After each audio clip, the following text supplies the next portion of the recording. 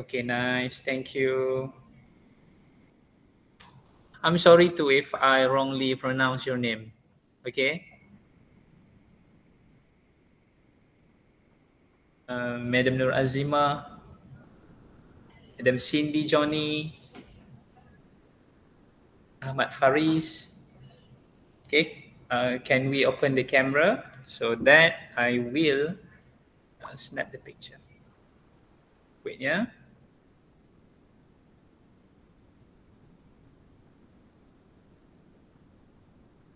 Okay. All right. I count 3, 2, 1, right?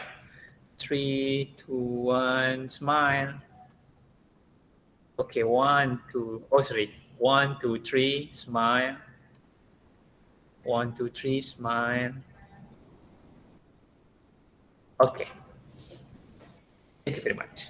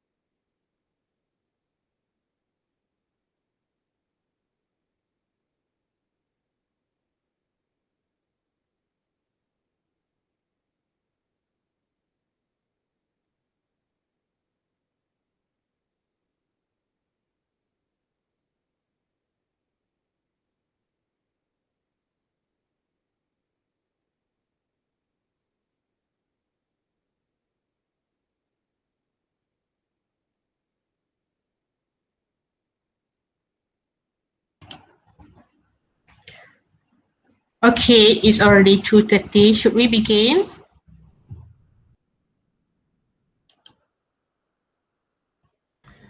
I think, yeah, Doctor. Okay, so while waiting for the last, we can start first, right?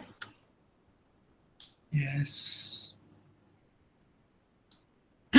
Assalamualaikum and good afternoon to all of you. Welcome to the International Joint Conference on Hospitality Tourism, IJCHT 2021.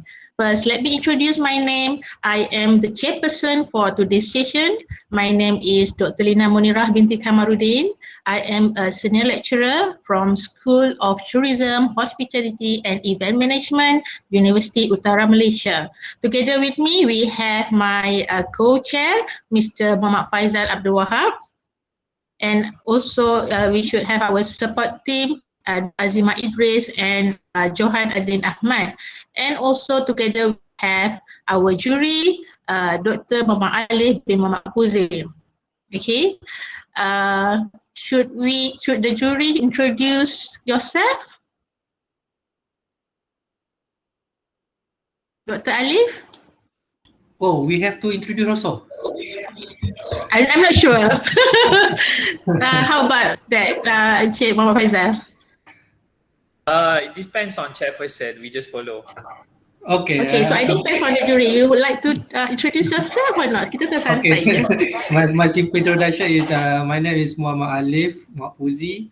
I'm from University Technology Malaysia. Coming here for best presenter jury. So hopefully one of from this session will be the best presenter in this conference. So I think that's all. Good luck, everyone. All right, thank you, jury. So I will be responsible for hosting this presentation today, parallel session 1, room 4, with the theme of health and wellness 1. So I'm glad to welcome every one of you who will be presenting your research paper this afternoon. So for today's parallel session, we are going to have 5 presentations which will be presented by 5 presenters, including me, and also my friends, which I called just now, Sarinya, Nan Pasakon, Suspacha, and also Nur Hidayah Abdullah. Okay, so before we start, let me read some of the guidelines for the presentations. As stated in the conference website, presenters are given 10 minutes of presentation and 5 minutes of Q&A session. But I know usually for presentation, 10 minutes is not enough. So while we have only 5 presenters, so maybe we can extend 10 to 15 minutes, maybe, right? Okay. So maybe I will show a reminder or maybe my co-chair will provide a reminder if you exceed then 15 minutes. Well, I have this one. Oh, tak nampak. Cannot see. Okay, but it's okay. Reminder, 5 minutes more, but we cannot see from the camera. Okay, so presenters may share your slide during share button or present now button. But first you have to open your PowerPoint slide and then you can click the present now button and choose a window. All right, and please take note, all the presentation will be evaluated by our jury, Dr. Muhammad Alif bin Muhammad Puzi from University Technology Malaysia, to select the best presentations. So to fellow participants, you are welcome to ask questions to the presenters.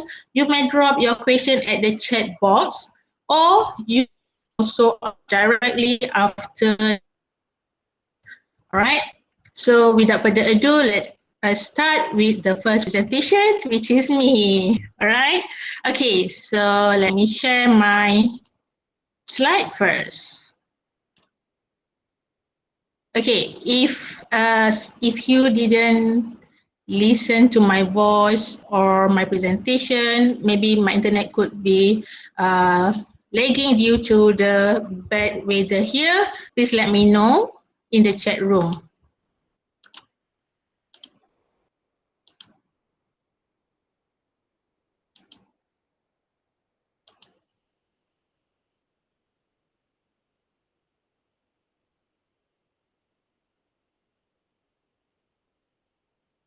If you can see my slide now, is it clear?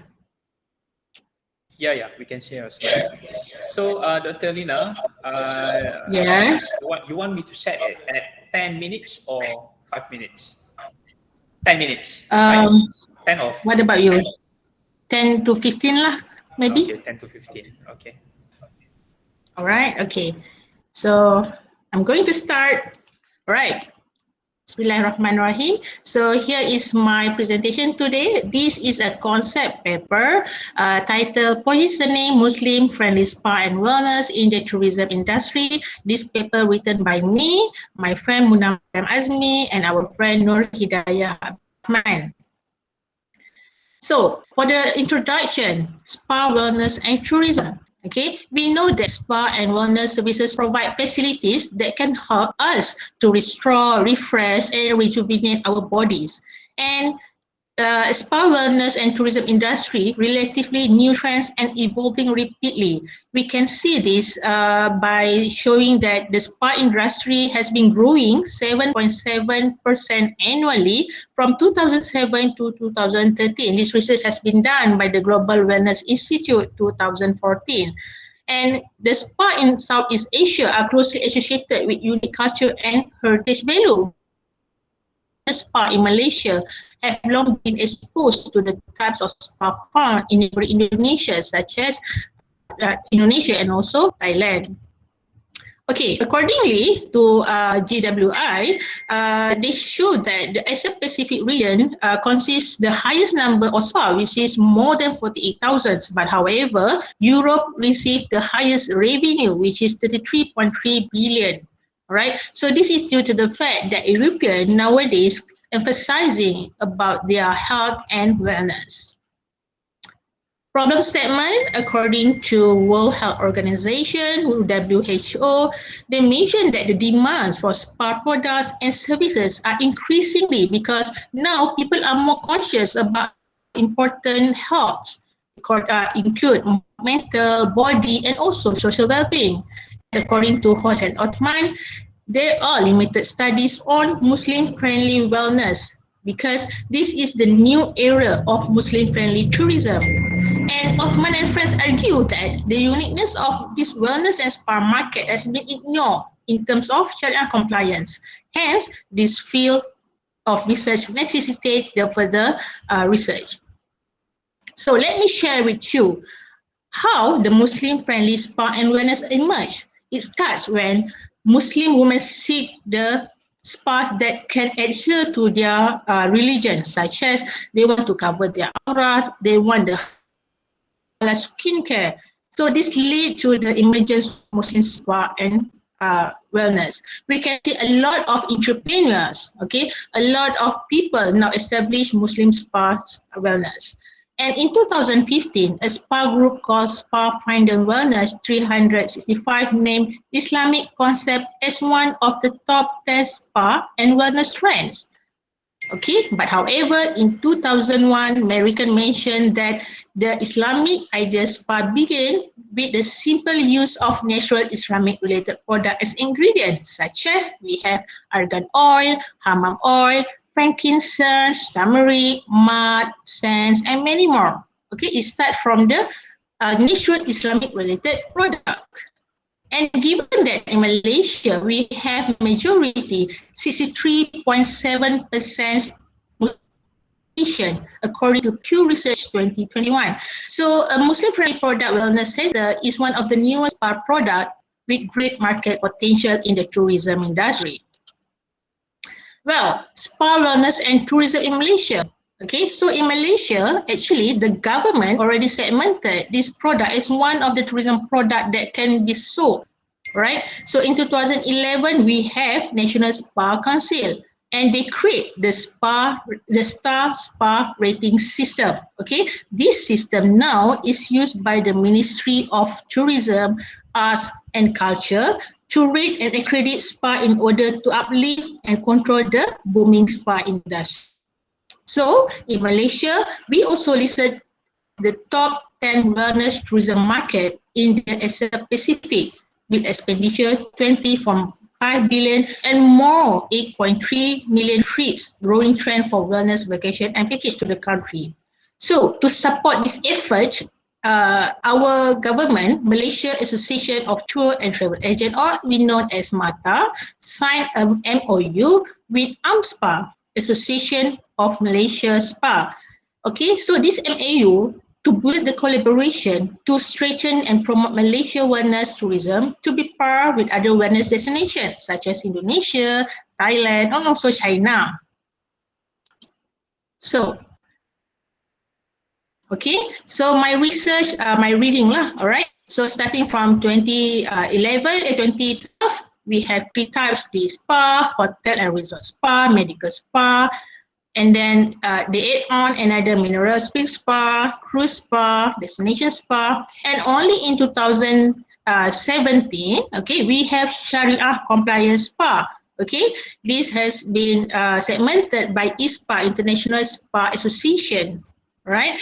And after 2017, we can see more and more research studying this area, right? So Faidah and friends 2021 developed scheme of halal spa consisting of medical spa for rehabilitation, wellness spa for revitalization and rejuvenation, and health spa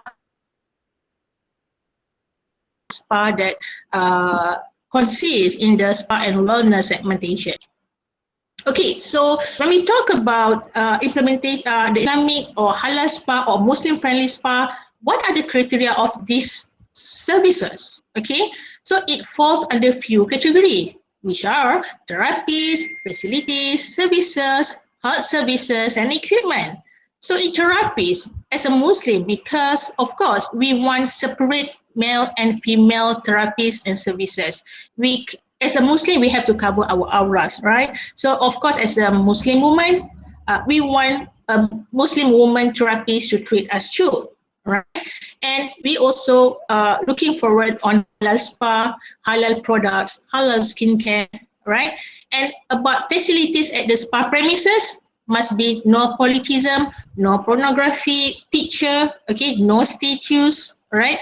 And provide prayer facilities so that the customer, the client, and also the staff will not ignore the 5 times prayer. And of course, must be clean, right? About services, okay? We only need halal services, halal products, okay? Halal cosmetic, and the spa should also provide halal food, all right? And Islamic criteria. And for health service, we want to make sure that the spa not dangerous, meaning that dangerous product is safe to be used, it's permissible to perform prayers, and must be respectful coverings for our body, our aurat. Okay, and the last one is equipment. As for many conventional spa, of course, we want a well-maintained product or services, equipment, clean, safe, and legal conformance. All right, so based on our study, our readings, our conceptualizations, so we come up with SWOT analysis of Muslim-friendly spa and wellness in Malaysia. Okay, so we have strength, weaknesses, opportunities, and also threats. So about strengths, as I mentioned earlier, Malaysia has major. So this can focus on this niche market where we can promote this product to the Malaysians Muslim populations. And the second one, Malaysia is the world leading halal hub. So we have numerous products such as we more focus on halal logistic, halal pharmaceutical, halal food, halal skincare. So it should be no problem for all the spa operators to find and to get halal skincare, halal product, halal ingredient to be used at their spa premises. And Malaysia also is one of the top 10 top destination for Muslim friendly tourism. Okay, so by having these advantages, this will help to boost the marketing status Muslim-friendly spa. And in Malaysia, we have various associations handling spa. Surprisingly, in my understanding for now, we have 3 associations consisting of Spa and Wellness Industry Association of Malaysia, SWEM. We also have Malaysian Association of Wellness and Spa, Mong Spa, and the last one, Association of Malaysia Spa, which is Spa. So these 3 spa is good to have in Malaysia where they can help to promote our product and services. Weaknesses, well, when we talk about therapies, the most significant obstacle that we face is because we are lack of skill requirement and service delivery. Okay, most of our therapies coming from Indonesia, from Thailand, and also from China, we lack of our local therapies, Malaysian itself. Right, and due to the fact that spa provide ambience environment, expensive product, so the price might be costly, especially to certain demographic profiles. And for opportunities, spa demand is increasingly, right? when we read more motivation on travel, a lot of people now searching for wellness, okay, for relaxation, where they need a massage, they need a treatment to enhance or to rejoice, to contemplate their bodies, all right? So this is one of the best opportunities to target for this traveler. And as a Muslim international tourist arrival in Malaysia is increasing, so operator in Malaysia may adapt the concept from Middle East. Okay, as I mentioned earlier, more spa in Malaysia usually adapt the concept of Balinese, Thailand. So why not? We have the opportunity to adapt the concept from Middle East because we receive the higher number of Muslim tourist arrival around the world. All right, and the next one is trade.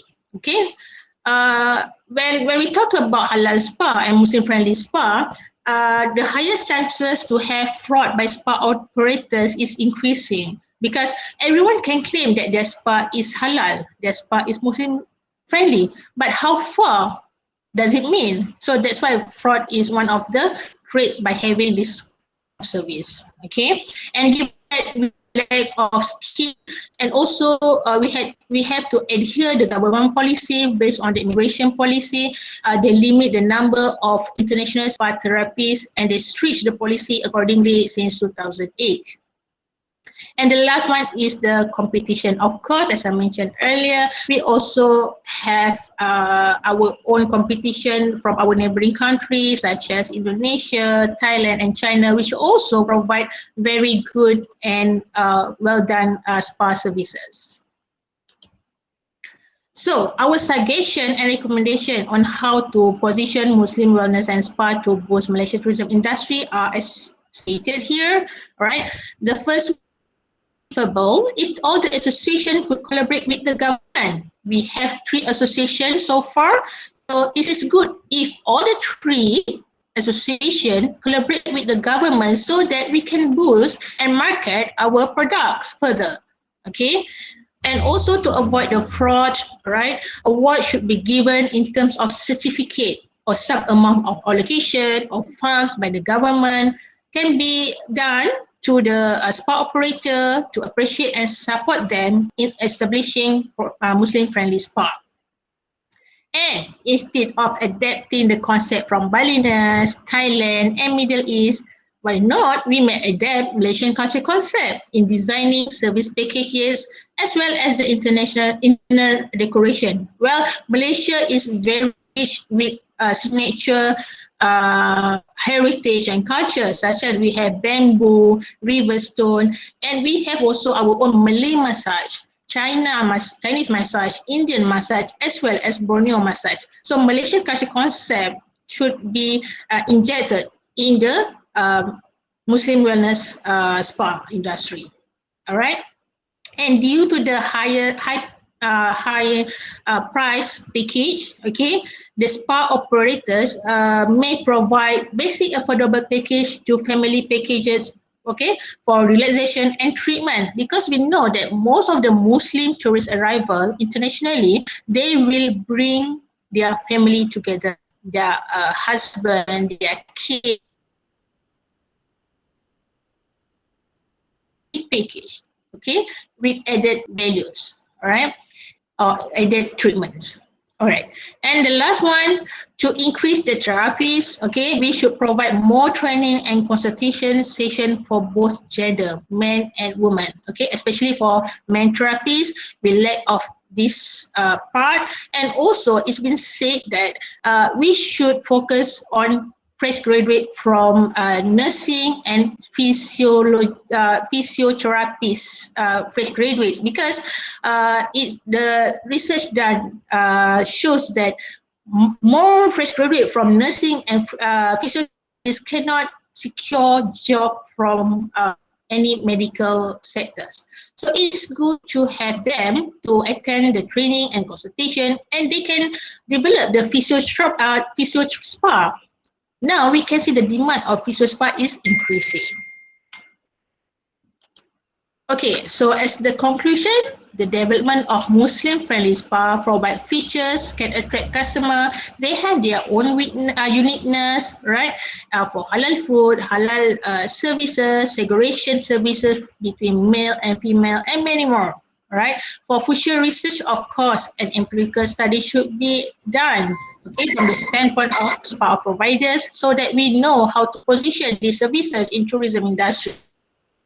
According to Halim and Hatta 2017, Muslim-friendly spa and wellness still at its infancy stage, where in Malaysia there is currently no single standard rule or regulation governing Muslim-friendly spa. So it is critical to set the guideline or framework for these operations about Muslim-friendly spa, okay, or halal spa, so that it will assist many spa operators in providing their services. So with that, end of my presentation. Thank you so much.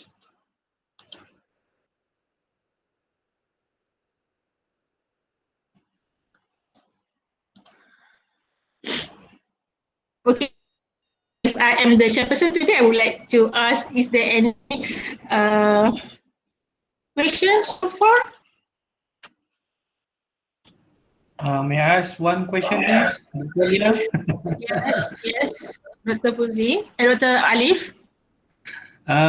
For current situation of the spa in tourism, really close associate with things tourism products such as sex tourism, liquor, cigarette. So, how your interpretation of your Muslim-friendly spa in Malaysia compared to Thailand, Indonesia, Bali, Philippines? We are surrounding by, I think, in the world famous of spa, and how you want to position the Malaysia in that context. Okay, thank you for the questions. Okay, in my opinion, I cannot deny that spa industry associated to sex tourism and those kind of services, right? So that's why in Malaysia we are in the effort to promote and provide halal spa or Muslim-friendly spa where we can avoid this kind of activity. Well, in a Muslim, this is not encouraged or is haram, or I can say it's wrong to have sex with unknown people, or maybe partner lah, husband, right? So Malaysia itself taking the efforts and took the opportunities as the this top Muslim destination country to promote spa, halal spa as their marketing strategy to avoid this kind of activities. So by having this product and services in tourism products, so we hope that people will more aware about the necessity or the needs of Muslim people. All right, because somehow Muslim traveler, they're scared to go to spa services because they might be thinking these services will provide any kind of wrong services or haram or not. All right, by having those kind of halal spa or Muslim friendly spa brand, so it will be more safe and secure for them to get the services. That is from my understanding and my standpoint of view. Thank you, Dr. Lina. Thank you.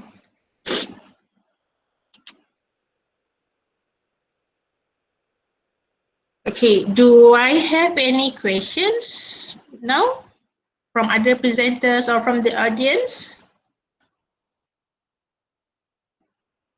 Okay, if don't have, can we move on to our, all right. Hi. Hi, my name Hi, is Sylvia. I'm sorry I cannot switch on my camera because if I were to switch on my camera, I will be kicked off. The line is pretty bad here. I It's just okay. would like to, to get just for clarification because again my line was not good here. So I overheard you talked about or you mentioned about fraud. right? So I was Yes. just wondering, what is the part of fraud that you're referring to? Is it fraud in terms of these spas were claiming that they are, offering halal spa, or they are not? They are fraud in terms of providing the service, but they don't have the specialties or skills to do that. Thank you. Thank you so much, Cindy, for the questions. Okay, regarding on the fraud, it can be in the spa premise operational itself and also for the services they provide. Okay, they deliver. Okay, the first one is about the management itself. You know that to get the halal brand, okay, or to claim as a Muslim-friendly spa, somehow you need to register, you need to provide a lot of paperwork to the government or to the spa association, all right? Somehow they may lie in the document, all right? And in terms of services they deliver, maybe because of they will do some spot check to make sure that that is the halal spa or Muslim friendly spa. And during the spot check, or maybe the association, we call them first. Okay, we are going to come to your spa and to look how you deliver the Muslim spa services. So they pretend to be as the Muslim spa services style, right? I hope you got what I mean. Okay, so in Muslim friendly spa services, we need to segregate, or we need to separate Muslim no female and female section. All right, because this is very particular and uh, very important for us as a Muslim. So the fraud here meaning that in the terms of operational management and also the services that they deliver, it can be both. Do I answer your question, Cindy? Yes, yes. Thank you very much. Thank you so much. Okay. Any other questions from the audience or presenters or my colleagues here? Okay, if there is no question, without further ado, let's start, or let's move on to the second presenters. All right, so I would like to call upon our friend Sarinya with the title Perceived Risk, Perceived Quality, and Perceived Value Affecting International Medical Tourist Retention in the Post-COVID-19 era.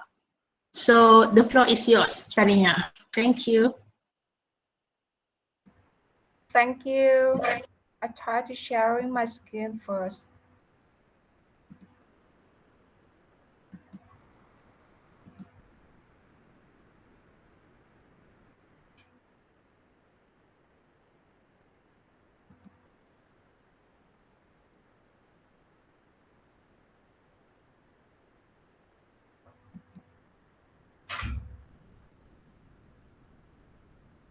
Excuse me, can you see my screen? Yes. Really, but I can't. It shows like if I open my camera, the screen will not show. Hold on.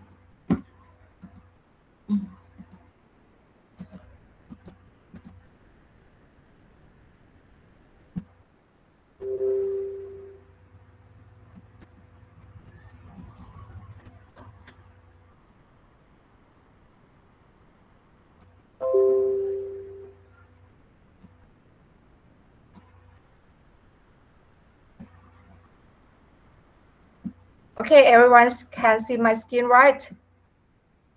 Yes. Okay. Good afternoon from Thailand, and let me introduce myself first. I'm Salinyara In Tiansin. I'm a head of hotel management, School of Tourism and Services at University of the Thai Chamber of Commerce. Today, I'm going to present my research study. The topic is perceived risk, quality, and value affecting international medical tourist loyalty in the post-COVID-19 era.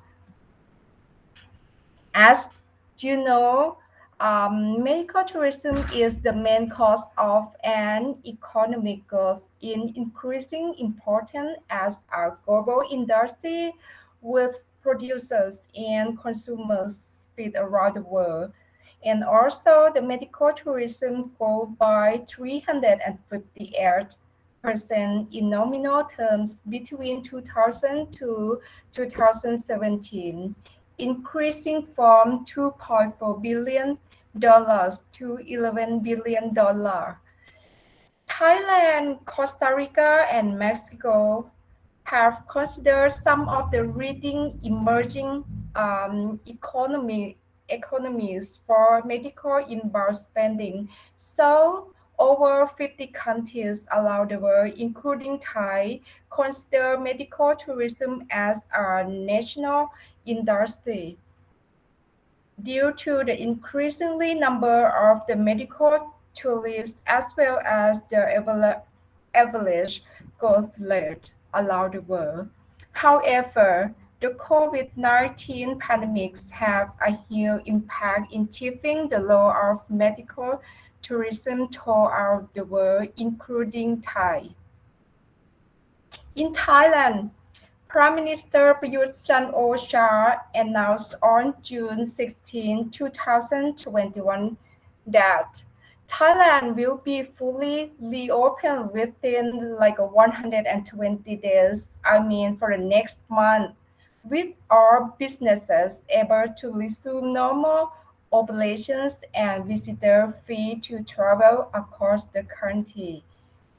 So it's undeniable that the key factor to driving the success of medical tourism in Thailand after this pandemic is customer loyalty. The retailer also indicate that keeping existing customers is about 5 times more profitable than attracting new customers, and increase its profit by between 25 to 85 by retaining only 5% of its customers.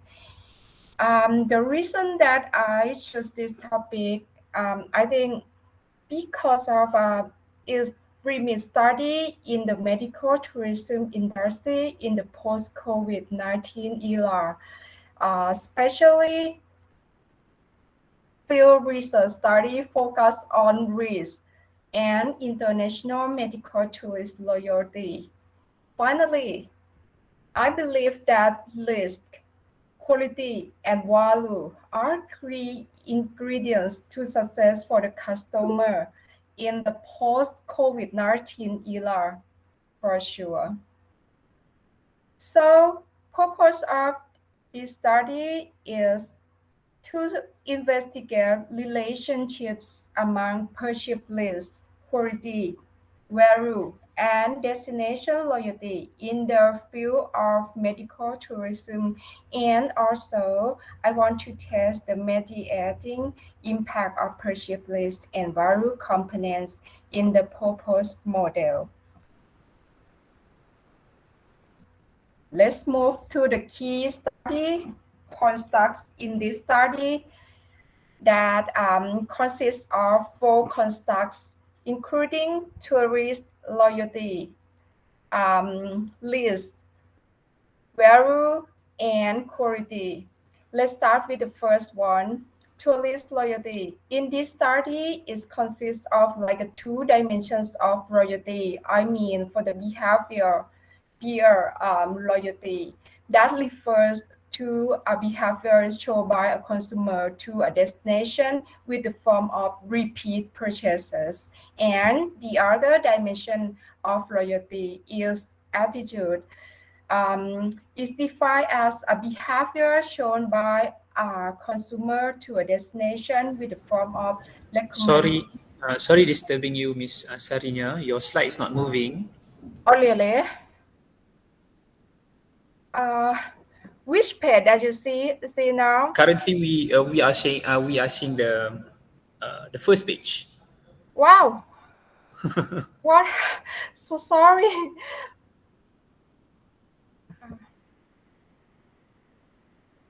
Oh. I think my internet is so bad. Okay. Now is a okay.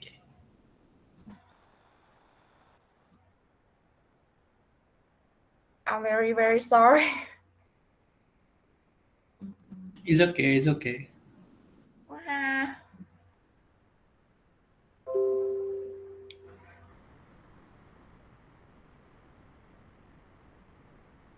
Okay, now you here can see like a tree structure.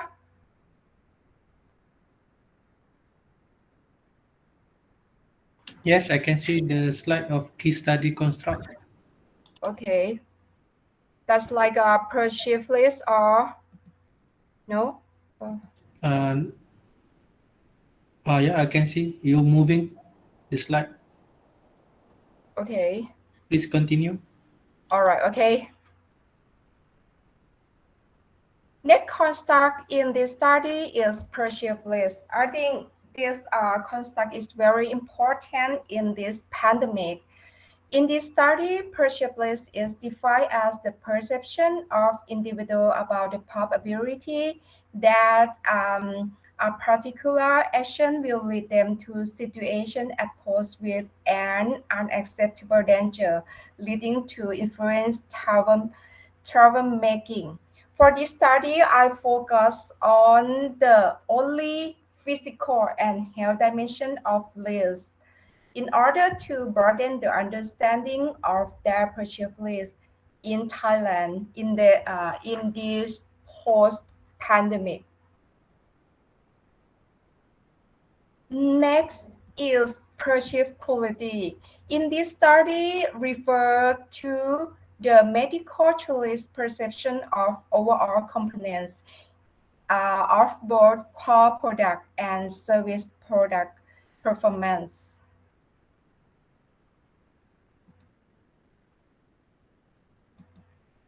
Okay, the last construct of this study is perceived value that refers to an outcome of overall product or service evaluation when compared with what sacrificed to obtain the product or service. This study focused on three dimensions, including product or service, or medical or health treatment, price, and environment. Let's move to my proposed model. This model was used to test the primarily conceptual ideas as well as for the objectives in this study as shown in this slide.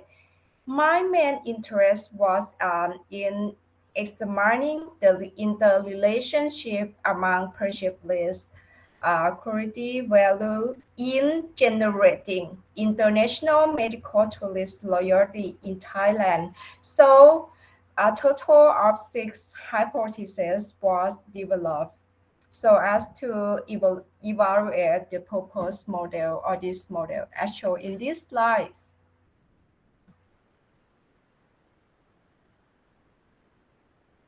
The target sample or population of this study was international tourists who had actually experience in receiving medical or health treatment, as well as traveling in Bangkok and Phuket, Thailand, and also aged 18 years old or over.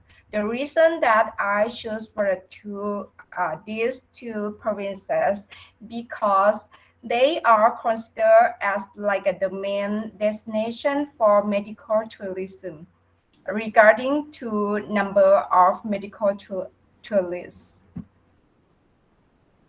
The slide is not moving again. Oh, what happened?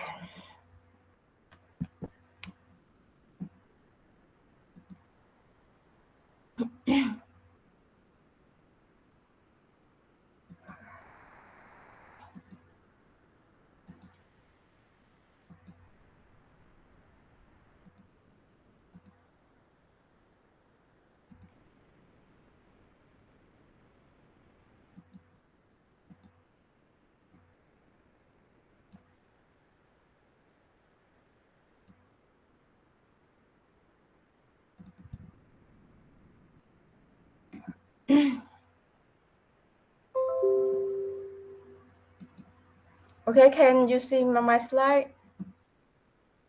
Yes. Okay, thank you. Welcome. Okay, let's move to the methods. This quantitative research employ an empirical study using a questionnaire survey method in order to verify the hypothesis developed based on the literature review. And also the questionnaire consists of like a 6 main section, including description of the research, like first section including construct in this study and the respondents demographic.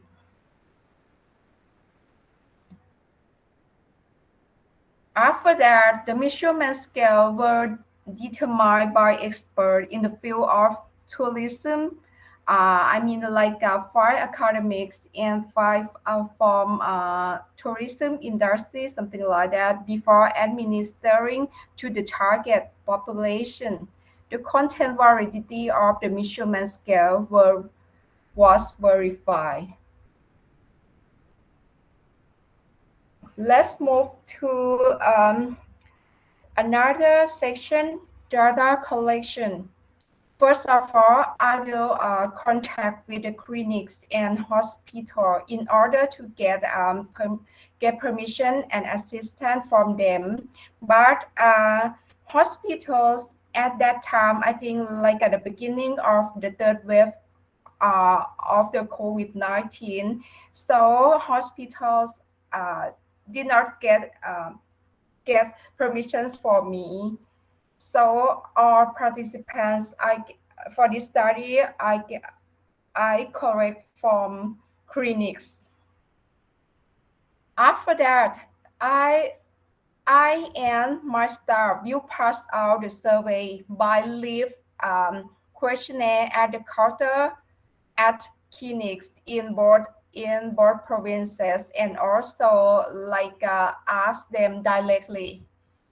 Also, envelope was provided to submit questionnaires anonymously. So, return questionnaires were reviewed and entered into SPSS program. 900 questionnaires were distributed, but 495 were returned from Phuket and Bangkok, as shown in this slide, with 405 usable response, or about 45% response rate. Let's move to the data analysis. First of all, data and scanning and screening is for frequency distributions were run and examined, but no serious problem happened. After that, all constructs present a normal distribution with goodness and courtesy value within the length of -2 to +2. And also compass alpha ranking from 0.794 to 0.842.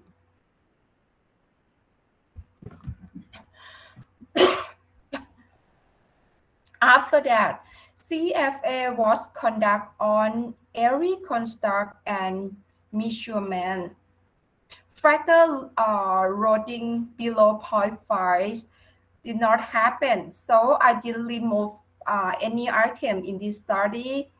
The result presents the factor loading of all items are higher 0.5. The CER for the constructs is certified, ranking from 0.67 to 0.92. Also, the AVE values exceed the cutoff point. Finally, both MSV and ASV of all items are lower than AV, so the constructs are reliable. Next, I will report the demographic characteristic of respondents in this study. The majority were female, single, aged from 28 to 69, with 45.65 being an average age. The majority of them earned a bachelor degree, and also most of them were first time visiting Thailand and came from China, followed by Australia and USA.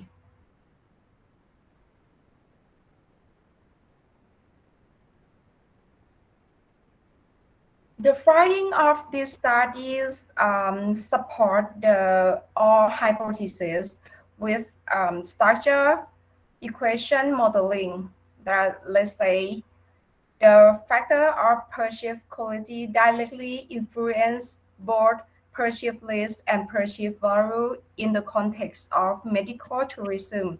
In turn, the perceived list and perceived value directly influence international medical tourists' intention to revisit, as well as recommend Thailand as a medical tourism destination.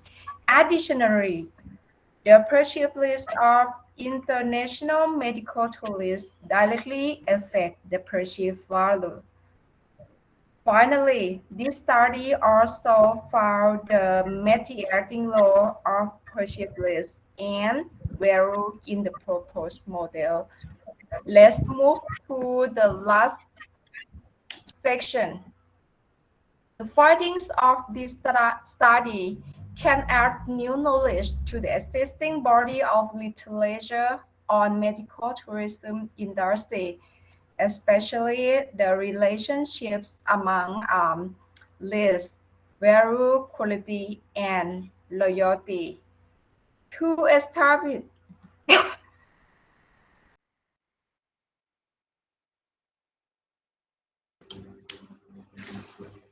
Thank you so much, Saranya, for your very well constructive presentation.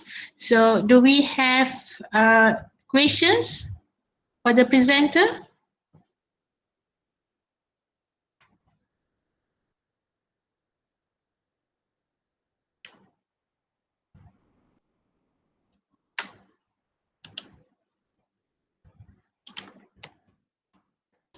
Is Saranya here?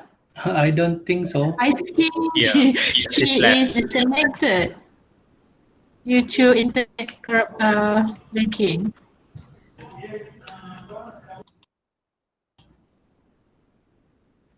Maybe we can move to the next presenter. Maybe. All right.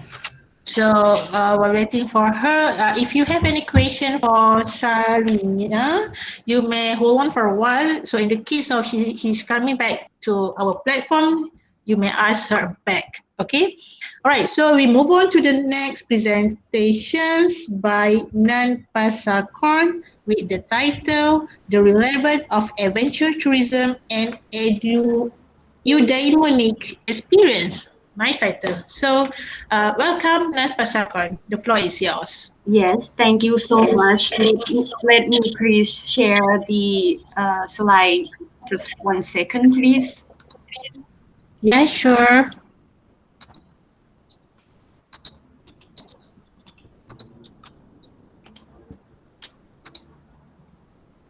So, are you seeing me for the full screen slide? Yes, we can see clearly. Yes, thank you so much. So, I could just 1 moment, please.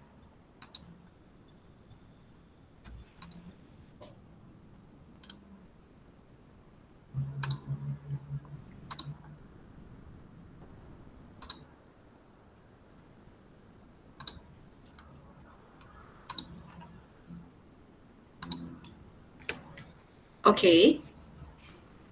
So everyone can see the full slides again? Yes. Okay, thank you so much. All right, good afternoon, the chairperson, the co-chair, the members, and all the participants. I am Nanpasakor Litpanichachuan. I am a PhD student, major in Integrated Tourism and Hospitality Management, Graduate School of Tourism Management at National Institute of Development Administration, NIDA. Please allow me to present my conceptual paper topic, which is the relevance of adventure tourism and eudaimonic experience.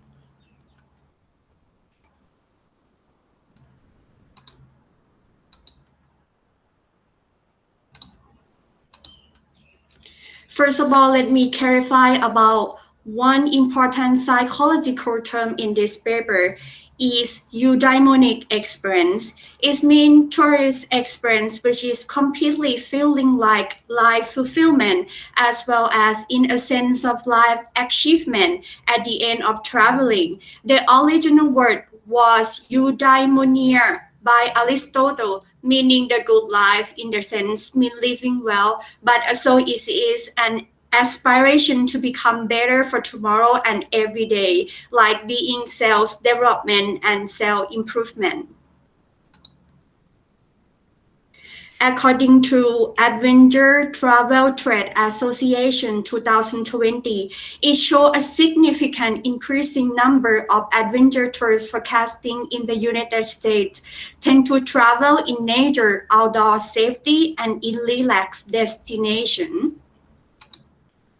So under the COVID-19 pandemic, phenomenon has changed tourism behavior to privacy, safety, and social distancing. And so a new pattern of traveling style create ways of tourism recovery, which leads people seeking for health, safe, and safe activity, especially sport and adventure activities, as well as is also linked to tourist memorable experience leading to well-being life ultimately. Therefore, one experience of tourists to look for is eudaimonic experience. For the research academic gaps process for this study, I used the 6 steps of systematic analysis process, beginning with the first step, searching for key 3 words: adventure tourism, eudaimonic experience, and wellness.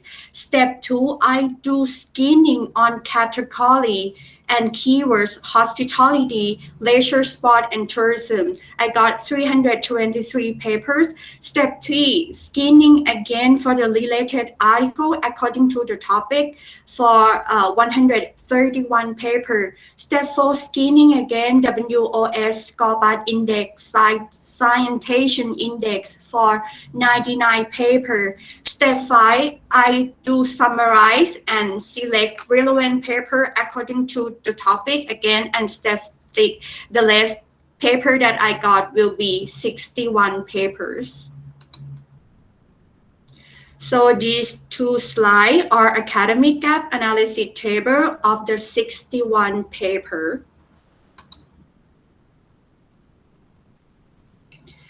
It was found that there were significant academic gaps that adventure tourism, wellness, and psychological perspective on eudaimonic experience in nowadays research are still lack of attention and limited. Therefore, from the research background, research problem, and research academic gaps, it can come up with the main aim of this paper is to investigate tourist perception towards eudaimonic experience through adventure tourism activity. And to be clarified, this paper will focus on adventure tourist perception, eudaimonic experience, and adventure tourism activity leading to eudaimonic experience. For the value of this paper is to develop eudaimonic experience model through adventure tourism development. So the greater understandings of these 3 areas can help tourist destination attracting more quality adventure tourists as a target group. This study will be using mixed methodology, both qualitative and quantitative approach. The data collecting process use online-based survey questionnaires. Research instrument can be designed by using a 7-point Likert scales for collecting data and approximately 250 samples by hand 2010 will be collecting to gain sufficient data. Data collecting process for qualitative approach will collect at the adventure destination place, such as Phukadung National Park in Thailand, and approximately 25 to 30 samples for the in-depth interval. And for the research instrument and questionnaire design will be adapted from part studies. This study will be also using SEM technique to analyze data and quantitative approach, and content analysis will be used for qualitative approach.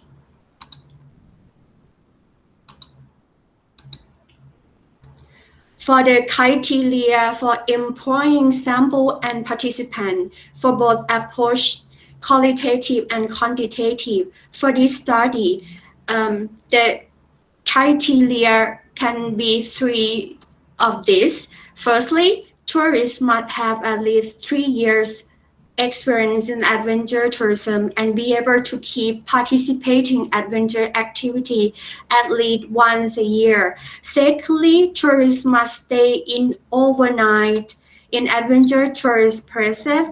And finally, the participant might have one of traveling purpose is to improve their own wellness life. The expect findings in this paper is to gain knowledge and understanding of tourist perception in terms of decision making and characteristics, and to understand of the relationship and between the elements of eudaimonic experience that highlight in 6 contributes: positive relationship, self-acceptance, purpose in life, environmental mastery, autonomy and personal growth. And lastly, to understand the adventure tourism activity that lead the eudaimonic experience with enhanced tourist well-being, both psychologically and physically. For the implication and limitation, for the theoretical implication, this paper will be applied in academic paper of adventure wellness tourism development.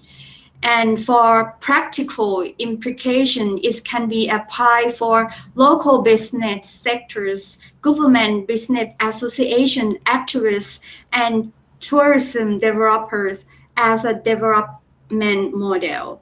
And for the policy makers, this paper result can be used for a new tourism pattern for generating tourism profits with high quality tourists in adventure tourism, as well as to be applied in the next development plan to create wellness activity through adventure tourism activity. And for the limitation in terms of well-being perspective, the future researcher should be measured not only eudaimonic experience aspect, but also hedonic experience aspect, because nowadays there is still limitation to investigate both eudaimonic and hedonic experience scoping in adventure and wellness tourism. Yes, that is the end of slide. Thank you so much. Any question?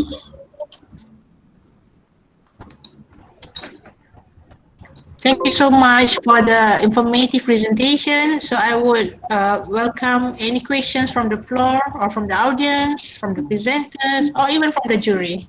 Please. Yes, please. Hello, Miss Miss Nan Pasakon. Yes, sir. Okay. I just want to know what is the elements of the eudaimonic experience? Yes, the element of eudaimonic experience are consist of 6 attributes. Firstly, personal growth, self-acceptance, purpose in life, environmental mastery, positive relationship, and autonomy. Yes. So how you differentiate it with the like enlightenment? Is it the same? I'm sorry, sir. How you want to differentiate between like religious tourists Religious or tourist. I think like enlightenment. So how you differentiate between eudaimonic or religion or enlightenment? Is it a Uh, difference? Um, um, I'm I'm not sure, but I focus on psychological perspective. Um, is and I focus on adventure tourism element.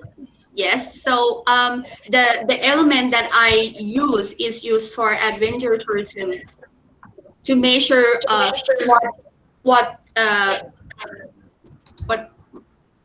Just one moment, please. It's So okay. to It's okay. yes Because to your topic related to the tourist experience, right? Right. so yes, again, please. And then for your information, I think your research quite related to the like you know like self achievement, self satisfaction, right? Right, right. Uh, Because so actually, yes, sir. so I think it related to the religion tourism also. Mm, Uh, yes, maybe, sir. But what I focus is about personal strengths, the inner nature or deeply values inside of tourists. What so it means the experience that truly will receive after traveling trip after they participating at adventure activity. So usually they will reach the stage of eudaimonic experience. uh, okay, Yes. thank you for the answer. Thank you so much, sir. Do we have any other questions? Okay, we have one question at the chat box. Let me and Pasakon. Why didn't you consider spiritual experience as part of eudaimonic, especially when it comes to do adventure activities related to pilgrimage purposes, for example, climbing mountain? Mm. Why don't I consider for The spiritual tourism? spiritual experience, yeah. Actually, it can be spiritual tourism, but I focus on more adventure. Actually, the mystery of adventure traveling, adventure tourism is is in the trend, and I interested what people receive or what people have insights like personal strength. Is mean like more self-development, self-improvement. But if concerned about spiritual is a part of eudaimonic experience or wellness experience actually, because under wellness there are composed of 5 elements like physical, mental, spiritual, emotional, and social. So spiritual is a part of that, right? Okay, thank you. I hope it answers Silverina's questions. Yeah, thank you. All right. Any more questions for Nas Pasakaran? Okay, actually, I have one question to ask. What is the difference between eudaimonic adventure tourism and conventional adventure tourism? Is there any difference? I'm sorry, ma'am. Please again. What are the differences between eudaimonic adventure tourism and conventional adventure tourism? Okay. Conventional.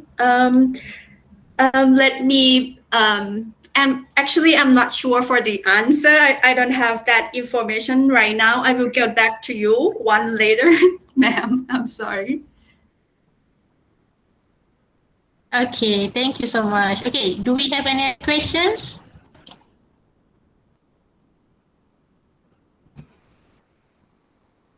All right. If there is no questions, thank you so much to Nalpasakor. Thank you so much. Okay, so let's move forward with the next presenters, Supacha, with her title Persuasion Model Toward Smart Social Norms and Wellness Tourism in Pre-Retirement Age Group. So Yeah. please welcome. Okay. Hello, everyone. Okay, I will open my slide first.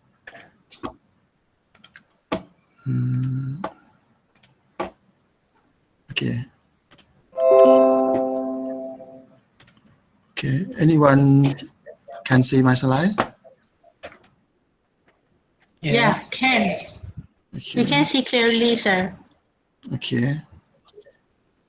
Shall we start? Shall I start? Yeah, sure, please. Okay. Okay, I will start now. Good afternoon and greeting all of committee delegate and participant.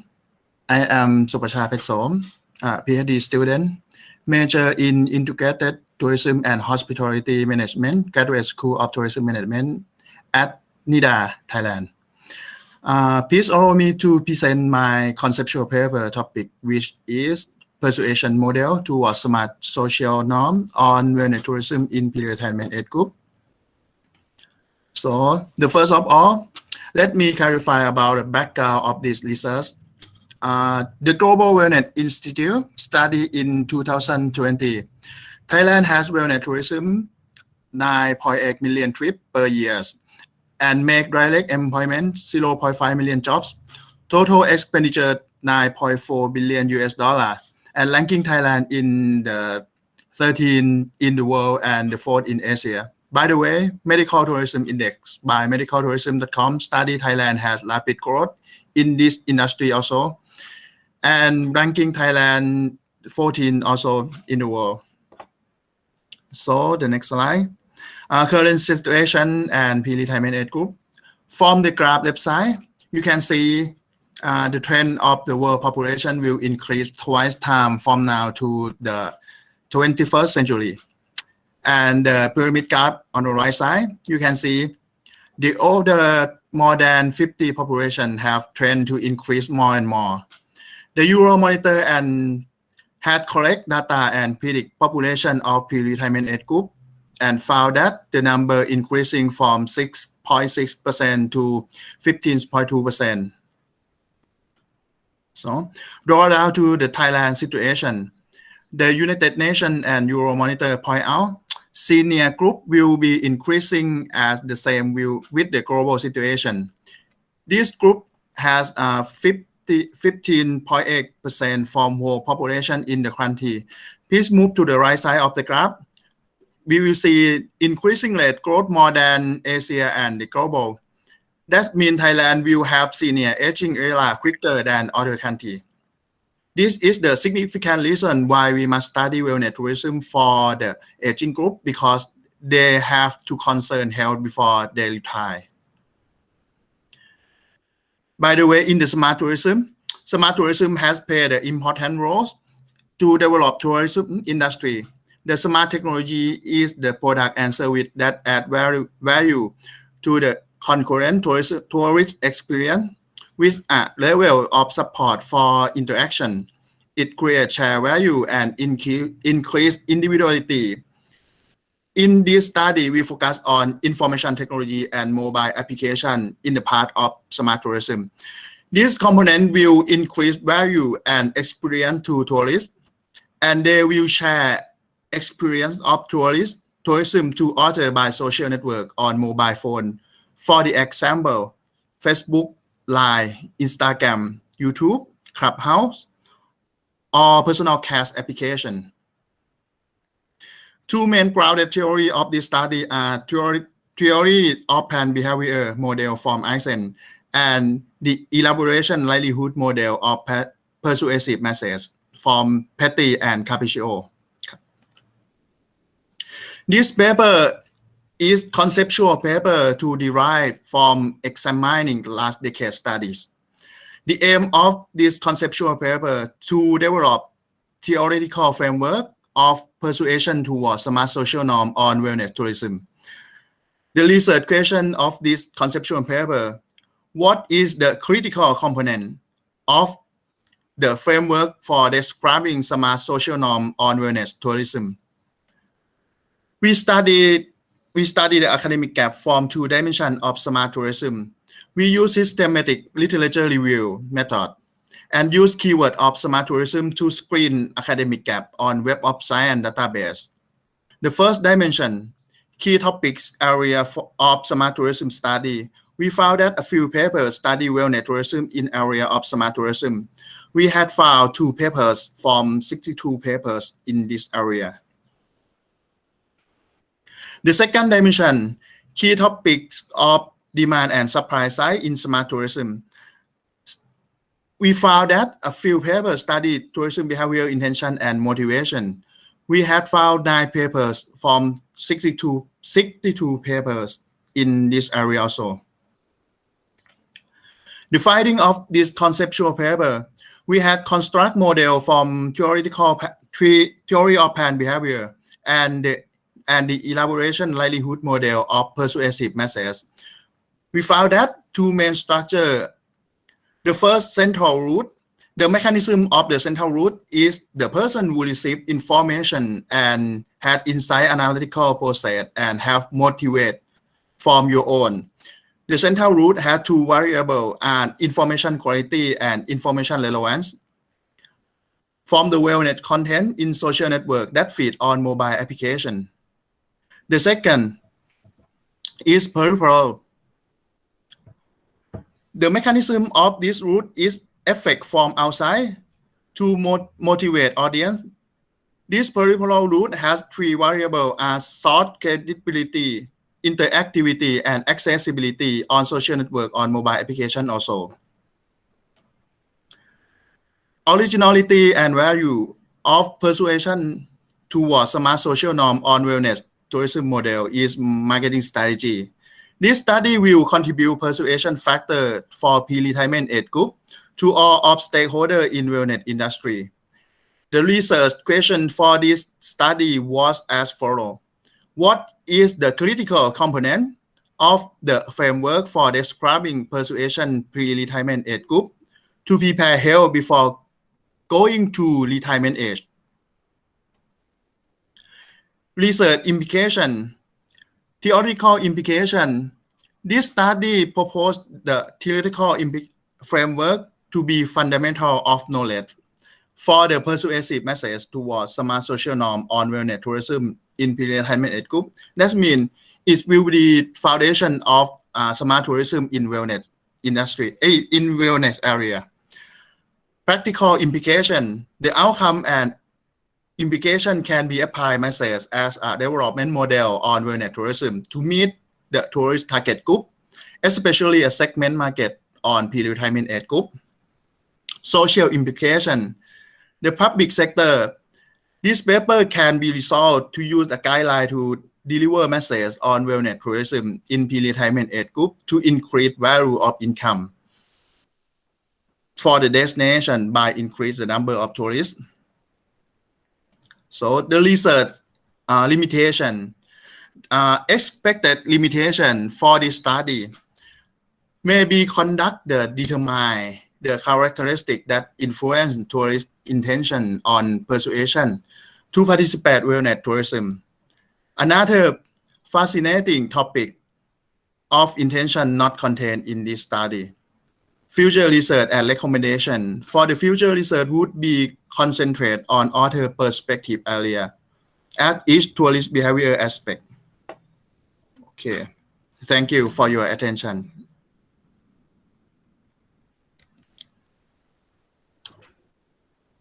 Thank you so much, Mr. Supaka. Mm-hmm. So any questions? Any question from the audience? Hello, Supacha. Mhm. Hello, can you hear me? Yeah, I can hear you. Can you explain more about your research objective? Uh, Research objective. This is the conceptual paper. We have the research aim for construct model of the persuasive message to the predetermined age group. That means we construct we have literature review for the persuasive message for the persuasive theory. Yeah.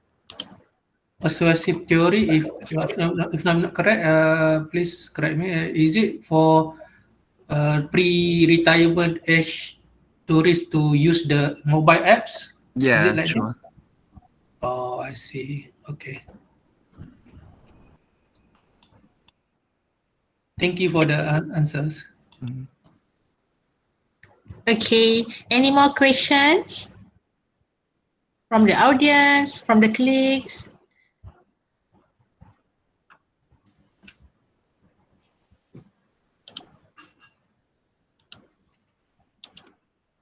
Right, if there is no question, thank you so much to Mr. Supasha for your well presentation. Thank you. Okay, so let me check presenters. Do we have Nur Hidayah Abdullah here? I can't see her name in this member list. Or maybe you use different name here.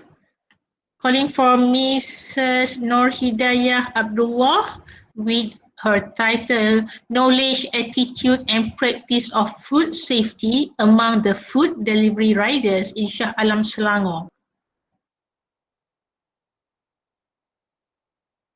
Nur Hidayah Abdullah? I think she is not coming today. So how about that, Mr. Yes, most probably. Muhammad Bilal? Sorry? Yeah, most probably she's not coming. Yeah, probably she's not coming.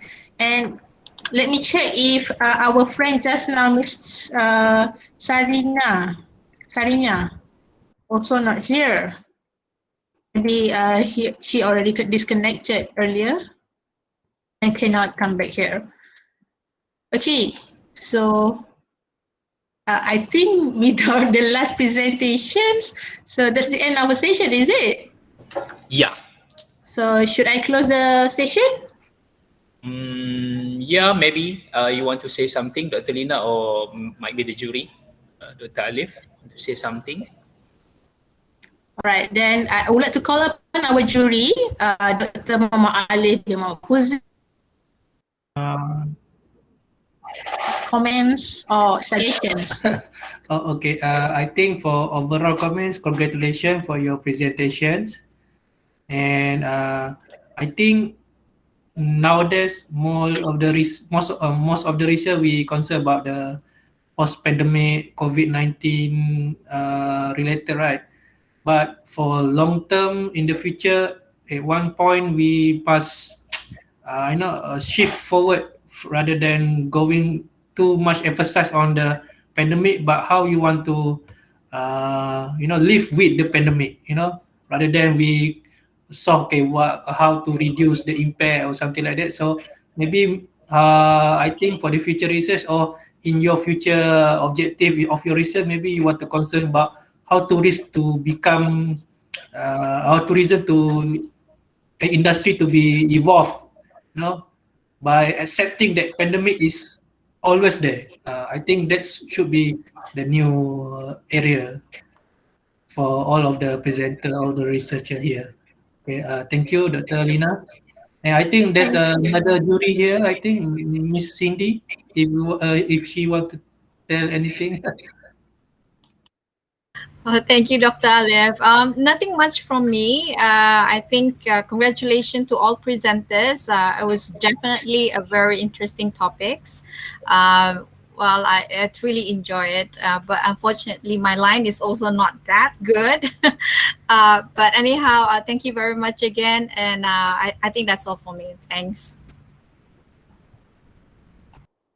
Thank you so much for the juries about your suggestions and opinions. So it will help us to go and to study more on we call as endemic now, right? We need to live with the COVID-19. All right, so here comes to the end of the session today. And on behalf of the Committee of the International Joint Conference and Hospitality Tourism, IJCHT 2021, please accept our heartiest congratulations and sincere thanks for the great presentation you effort for the conference this afternoon. We greatly appreciate. It's been a pleasure for us to know each other here in this platform. All right.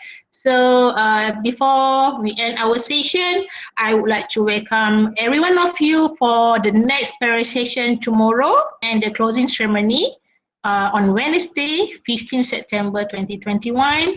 And the links to join the session have been given to you in the conference ebook, which has been emailed earlier. So before we leave the session, I think we should take a group photo, is it? Mr. Muhammad Faisal. All right, so please turn Yes, on why your not, why video, not? everyone, and give us Okay. your most beautiful smile. All right. I hope that everyone can open the camera so that we can have, a simple memory together.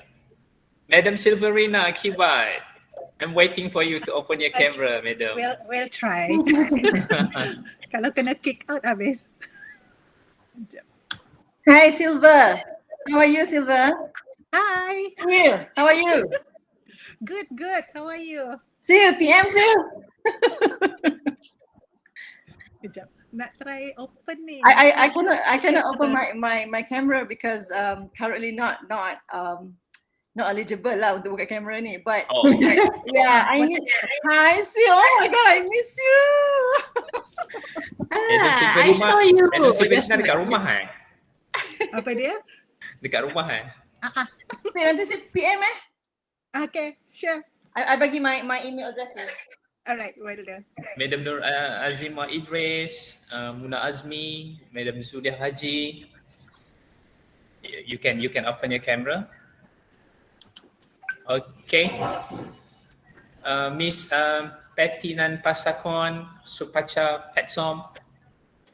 Alright, so okay. Okay, now I will count 3 to 1, right? Okay. Give the most sweetest smile that you can give. Okay. All right. 3, 2, 1. 3, 2, 1.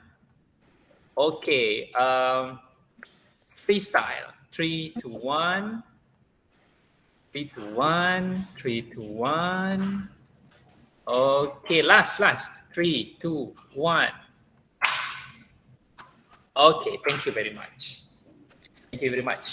Till we meet again. Thank you, everyone. Congratulations, All right, everyone. thank you everyone. Take care, stay safe. Bye-bye. Terbaik Encik Faizal dengan Dr. Lina. Terima kasih Faris. PIC kan Faris? Tak, saya jadi